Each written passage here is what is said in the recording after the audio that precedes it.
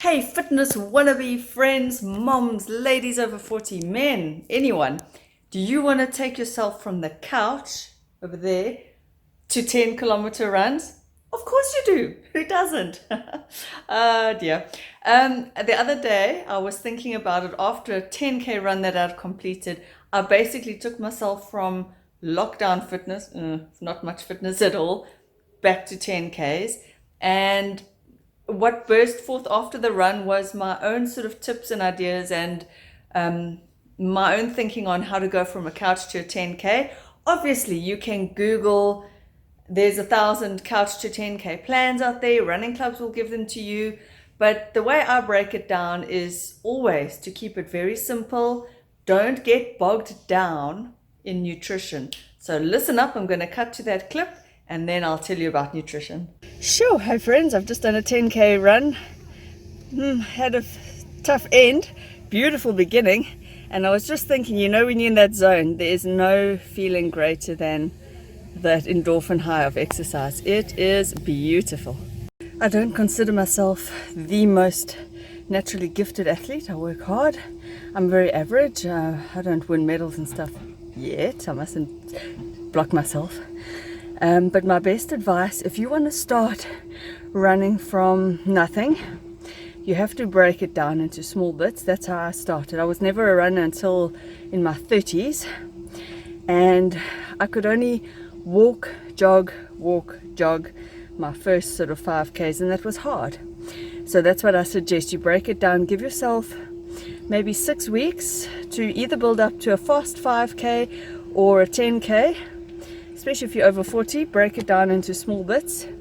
And the first week, only do 3 to 4 short runs. And if you must, just walk, jog, just get the distance in your legs. So do 3 to 4 runs of about 3 to 5 kilometers, depending on your fitness level and what you've done in the past. The next week, definitely do 4 days. The third week, do 5 days a week of running. Maybe do 5 days, 5 kilometers, or 5-3, 5-3. Do you see how I mean? You're going to break it down, but every week you build up a bit more.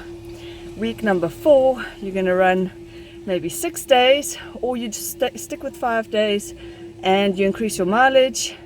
Week number 5, you're going to do 6 days, and then you'll include one 8K or 9K. And then week number 6, you build up to 6 to 7 days a week, where you have 1 or 2 recovery runs, and then you go up to 10Ks in one run in that week. So you'll go a 5K, an 8K, maybe a 5, maybe a 9, maybe a 5, maybe a 10. And that's how you do any sort of new exercise program, or you start something. Break it down into small parts and attack each small part. Don't think about the whole journey. Don't think about what's coming ahead. Don't think about getting there. I mean, I'm still building back up to 10Ks. Today I did one, but it was not easy. I haven't done that for a while. So it's just about building it up slowly, but break it down into bite-sized chunks. And even on that first run or any run in between, you break it down to 1 step at a time, 1K at a time. Sometimes I just have to say, I've got to go from here to that lamppost, and then reassess, maybe walk from that lamppost to the next, and then run again. It all just has to go moment by moment. That's the beauty of running, though. And of course, my last piece of advice, if you're just starting out, don't overcomplicate things. Just a simple pair of shoes, a good running bra for the ladies, and just start. Don't overcomplicate things. Don't worry about nutrition. Just if it's a 5 or a 10K, all you need is a bit of water. You don't have to overload yourself. You don't have to put nutrients back in towards the end. Just listen to your body. Keep it simple. Just put one foot in front of the other. That's how you start. That's how you get going, and you just build a solid base. So as you can hear, I was never a runner up until in my 30s. I sort of started to take running seriously, and then I joined a running club. I did a half marathon in a nice time. And then 2 marathons. The one I fell short because I got very sick, but I almost completed it. And then the other one I qualified for Comrades, which is an ultra-marathon. I never ran that because I got sick before, but I have some basic running knowledge. I'm not an expert by any means, please don't ever think that. But I also did study nutrition. I'm a banting coach.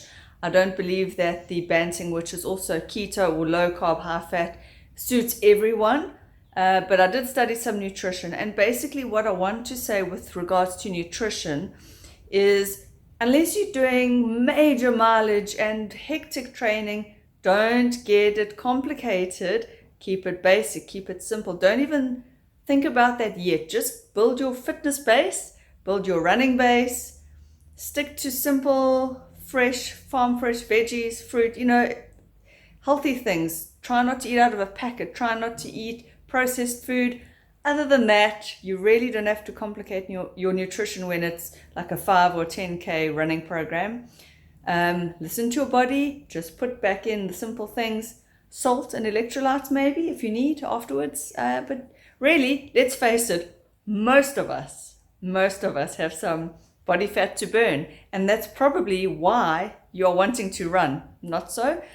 So it's even safe to fast. You do not have to. I know there are schools of thought that say you've got to replace all your whatevers after your run, but you don't have to when it's basic building up a fitness plan like this, especially when you've got weight to lose and that's your goal. You can fast after a run. By fast, I mean you can wait a few hours until you're actually hungry, and then when your body's telling you, okay, now I really need some nutrition, then you can put it back.